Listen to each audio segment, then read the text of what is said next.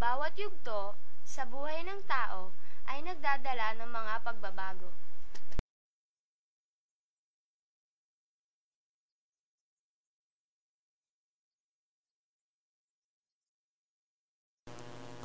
Wala akong nakikitang pagbabago.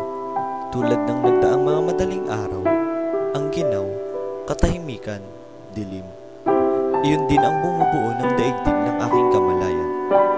Maraming bagay ang dapat mailarawan. Ngunit, alam kong iisa lamang ang kahulugan ng mga iyon. Alam ko. Sa kabilang silid, sa kwarto ni nanay at tatay, naririnig ko ang pigil na paghikbi. Umiiyak na naman si nanay. Ang sunod-sunod na paghikbi ay tila pandagdag sa kalungkutan ng daigdig. Napabuntong hininga ako. Umiiling-iling. Hanggang ngayon, hindi ko pa nakikita ang tunay na dahilan ng damdaming iyon na matagal nang umalipin sa kanya. Maliwanag na ang silangan nang ako'y bumangon. May bago na namang umaga. Ngunit, ang tanawin sa bahay ay walang pagbabago. Tulad ng dati, nakikita ko si nanay na nakaupo at nag-iisip sa may hagdanan. Nakatitig siya sa sampayan ng lambat ni tatay at madalas ang kanyang pagbubuntong hininga. Matagal ko nang nakikita ang sampay na lambat. Ngunit, hindi ko nakikitang ito'y ginagamit ni tatay. Noon ay walang halaga ito sa akin. Nagsimula ang pagpansin ko sa lambat noong ito'y itinapon ni nanay mga 2 taon na ang nakararaan. Galit na galit si tatay. Ibalik mo yun sa sampayan! Hanggang ngayon ba hindi ka pa nakakalimot, Tomas? Alam ng Diyos na wala akong kasalanan. Ang kanyang ginawa ang siya mong ginagawa tuwing ikaw ay darating sa madaling araw. Ang kanyang amoy ay siya ring amoy na galing sa dagat. Magkatulad ang inyong ikinikilos. Sino ang hindi mag-aakala na siya ay hindi ikaw? Huli na nang malaman ko ang katotohanan. Huli na nang siya ay aking makilala. Totoong lumigaw siya sa akin. At mula noon ay alam mo yun. Ikaw ang aking iniibig, Tomas. Kailan mo pa malilimutan ang nangyari? Tuluyang umiyak si nanay. Umungol lamang si tatay. Nanlilisik ang matang tumingin sa lambat at pagkatapos ay bumaling sa akin.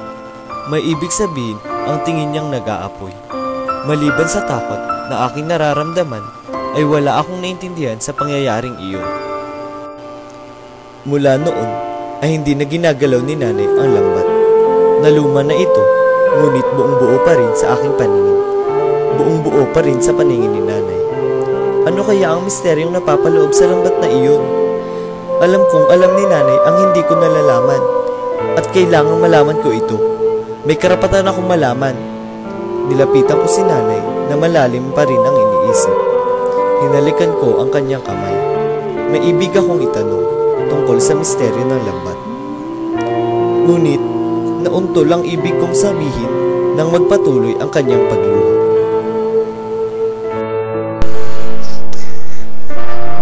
Lakad na, Celso. Malapit nang dumating ang tatay mo. Sa labasan, sumalubong sa akin ang bagong araw. Tumingin ako. Maliwanag ang langit. Langit? May gumugulo sa aking kalooban. Kalawakan. Iyan ang sabi sa aking guro sa ika-4 na paitang ng primarya. Iyan ay hindi langit, kundi hangganan lamang ng pananaw ng tao. Ang langit ay nasa tao. Hindi nakikita. Hindi nahihipok.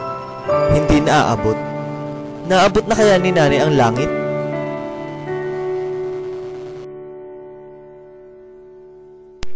Ano pa ang hinihintay mo, Celso?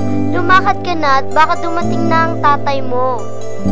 Ipinahid ni Celso ang suot niyang sando sa kanyang mukha. Humagbang pagkatapos. Maya-maya ay tumakbo na siya ng matulin.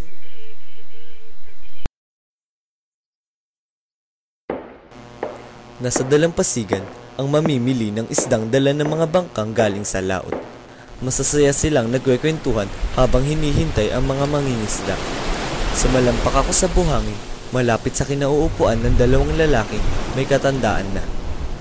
Sa laot ako nakatingin at pinagmamasdan ang galaw ng mga alon na pandagdag sa kagandahan ng kalikasan. Napalingon ako nang makarinig ako ng tugtog ng gitara mula sa di kalayo ang bahay pawi. At sabay kong narinig ang malungkot na awiting nagsasaad ng kasawian sa pag-ibig. At muli na namang naantig ang aking damdamin. Habang pinakikinggan ko ang malungkot na kuntiman, umalingaw-ngaw ang mahinang pag-uusap ng dalawang lalaki sa tabi ko. Naririyan na naman siya. Talagang pambihira ang kanyang pagmamahal. Naniniwala ako nagpapatuloy ang kanyang pangarap habang di pa namamatay, mabayos sa kanyang buhay. Hindi nawawala ang kanyang pag-asa. Kailan matutupad ang kanyang pangarap, Diyos lamang ang nakakaalam.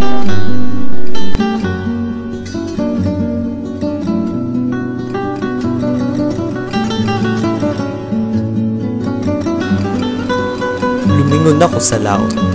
Nasa malayo ang mga bangka ng mga mangingisda.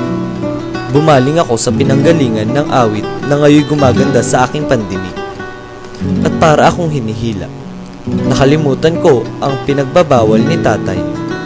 Mabilis ang aking paglakad at sa ilang saglit, kaharap ko na ang taong nagigitara at umaawit. May luha ang kanyang mga mata. Tumitig siya sa akin. Inilapag ang gitara sa ibabaw ng papag na kinauupuan. Tumayo siya at dahan-dahang lumapit sa akin. Kinabahan ako. Umakma akong tumakbo, ngunit nahawakan niya ang isa kong kamay.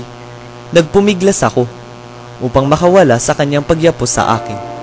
Ngunit lalong humigpit ang kanyang pagyakap. Ngumiti siya at pinahid ang aking mga luha. Hinimas ang aking ulo. Unti-unting lumuwag ang aking paghinga. Nararamdaman ko ang kanyang pagmamahal nang tumingin ako sa kanya. Muli niya akong niyapos. Salawin mo ako palagi, ha? Hindi ako kumibo. Tinignan ko siya. Ang kanyang mga mata, ang ilong, ang labi. Lahat parang nakita ko na. Saan? Alam ko na. Sa salamin.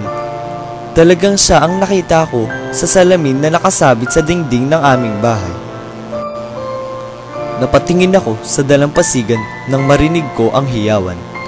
Nagdatingan na pala ang mga bangka at naguunahan ang mga mamimili ng isda.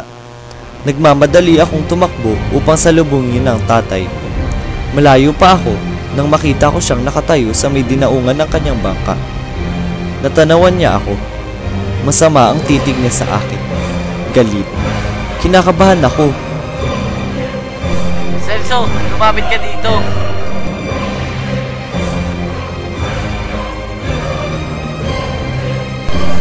Dito gusto, batang matigas ang ulo. Ilang sampal ang matitikman mo ang pagkukulit. Habang naglalakad, isinalat ko ang pisngi nakatikim ng sampal. Talagang mahirap intindihin si tatay. Wala namang dahilan upang iwasan ko ang taong nasa bahay pawi. Di naman dapat katakutan ang kanyang muka at boses. Bakit kaya hinihigpitan ako ni tatay? Matapos akong mag-almusal, nandoon na naman si tatay sa sampayan ng lambat. Nakataba ko at nagtatagpi ng punit na bahagi ng lambat. Alam kong aabutin siya ng tanghali bago matapos ang kanyang gawain. Matapos makapananghalian, siya'y matutulog. Pagkagising, maghahapunan. At di pa man ganap ang gabi, balik na naman sa dagat. Iyan ang buhay ni tatay at iyan ang bahagi ng aking buhay.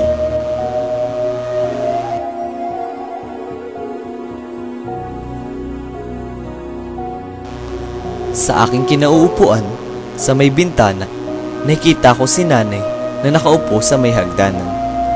Tahimik at nakatingin na naman sa sampayan ng lambat. Luhaan na naman ang kanyang mga mata at naaalala ko ang pangyayari noong itinapon ni nanay. Lahat may itinatagong kahulugan at naalala ko ang nangyari kanina sa dalampasigan. Naalala ko iyong tao. Lumapit ako sa salamin sa dingding. nakita ko sa aking isipan ang mukha ng tao. Unti-unting lumiwanag ang aking kamalayan. Biglang kumulo ang aking dugo habang iniisip ang nakasampay na lambat.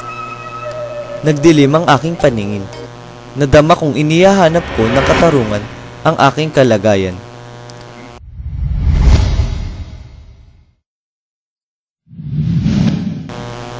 Nagpunta ako sa kusinaan. Hinanap ko ang itak ni nanay na pansibak ng kahoy. Bitbit ko ito at pinuntahan ang sambayan ng lambat. Pinagtataga ko ang lambat.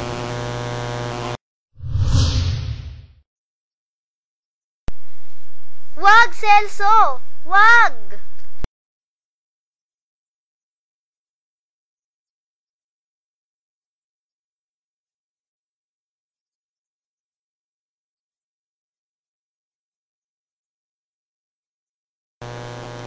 Naiiba sa aking pandinig ang pagsigaw ni nanay. Pati si tatay ay natigilan at nabigla sa aking ginawa. Hindi ko ito pinansin. Hinalibas ko ng itak ang lambat at saka lang ako tumigil nang ito'y magkagutay-gutay at nagkalat sa aking paanan. Celso! Nag-aapoy ang mata ni tatay na humarap sa akin. At sa unang pagkakataon ay hindi ko inalis ang aking tingin sa kanya. Nilabanan ko siya ng titigan. Hindi ako nagagalit, kundi humihingi lamang ako ng pag-unaw. Ngunit, bigla akong natimbuwang ng matamaan ng malakas na suntok. At napahiga sa pira-pirasong wasak na lambat. Nahihilo ako, parang ibig himatayin. Umiikot ang aking paningin, parang may nakita akong anino. Si tatay ay sumusurod kay nanay. Ngunit Tomas, wala siyang kasalanan. Maawa ka sa kanya. Umani ka na, Isidra. Umani ka na habang ako'y nakapagpipigil pa. Dahan-dahan akong bumangon at sumuray-suray na malapit kay tatay. Ngunit isang tadyak ang sumalubong sa akin. Napatihaya ako, ngunit tinangka akong makatayo. Mabigat ang pagkaramdam ko sa aking katawan at ako'y umarap. Ngunit, sinabunutan ako ni tatay at nilipagpit sa lupa ang aking mukha. Humihingal ako, ngunit di ko makuha kumiyak. Sasanod ko ang magkahalong dugo at pawis sa aking isip. Sa labis na panghinay, umusad ako ng umusad. Hanggang sa nangangatog kong mga bisig ay umapos sa mga binti ni tatay. Naramdaman ko ang panlalamig ng katawan at ako ay napahandusay sa kanyang paanan. Hindi ko na alam kung gaano katagal ang pagkawala ng aking malay. Naramdaman ko na lamang may mainit na mga bisig na yumakap sa akin. Kinusot ko ang aking mga mata, sumalubong sa aking paningin ang mga maamong mukha ni tatay. Pagsisisi, pag-unawa, lahat ay kasalungat sa dati niyang gawa. Lalong humigpit ang kanyang pagyakap at kinabig ang aking mukha sa kanyang dibdib sa tapat ng kanyang puso ng matagal. Paalam sa pagkabata. Mula sa kwentong Cebuano, sa panamilit sa Kabantanon ni Santiago Pipito. Mga tauhan: Mark Francis Toledo bilang Celso, Mariel Beatriz Mapili bilang Isidra, Aljen Ortiz bilang Tomas at tao sa Bahay Pawid. Lubos din ang aming pasasalamat sa mga sumusunod: Sean Paulo C. Bueno, Jelaisa Ramos, Paul Vincent Del Rosario at Jeff V. Agupitan. Maraming salamat po sa inyong pakikinig. Muli, ako si Maria Teresa Jerez, kasama ang mga miyembro ng ikatlong pangkat na nagsasabing magandang gabi po at naway pagpalain kayo ng poong may kapal.